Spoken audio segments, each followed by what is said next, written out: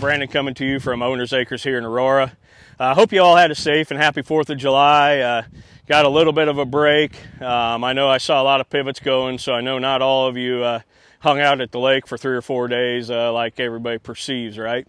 But anyway, that is going to be the name of the game this week is irrigation where we have it.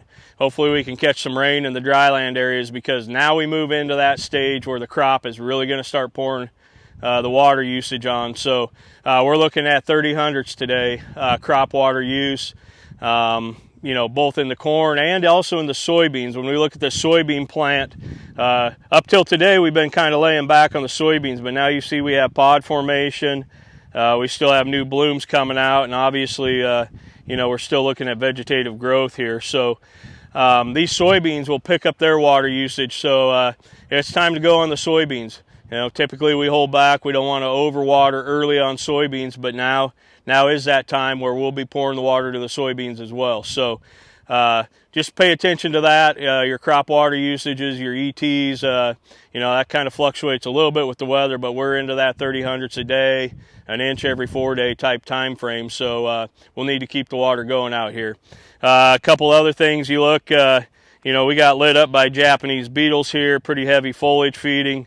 I am happy to say we did get the last laugh here. We sprayed indigo out here on Friday. Newer insecticide, we were questioning, will that residual hold? So far we're 5 days in, and we've held really well on these soybeans. No new beetle feeding. So we're hoping maybe this is a good solution for us moving forward. Looking at some of these newer insecticides with the residuals that they have, as opposed to some of the older materials. Talking about corn insect-wise, we're watching. We picked up some western bean cutworm moths.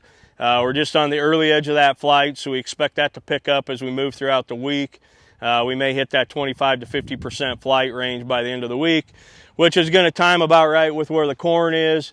We're looking at our corn right now in that 1,300, 1,400 GDU range.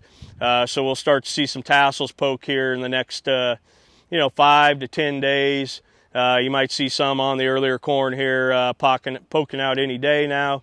We're probably still 7 to 10 days away on that May 1st type stuff, but we are moving along quickly. Lots changed. This corn's really exploded on us, as well as the beans. You can see we're getting close to a row closure here, so that's a good thing. Hopefully got your last herbicide applications on these soybeans. Now we can canopy them up. A couple other things just to watch for on the disease front. We haven't picked up anything major yet, other than some of the early root rots and fusarium type things. But we'll be keeping an eye out for that, see what Mother Nature gives us. But I do expect quite a few of the early fungicide pre-tassel applications to start happening this week. If you want to kind of beat the rush, this is a good time to get started on those.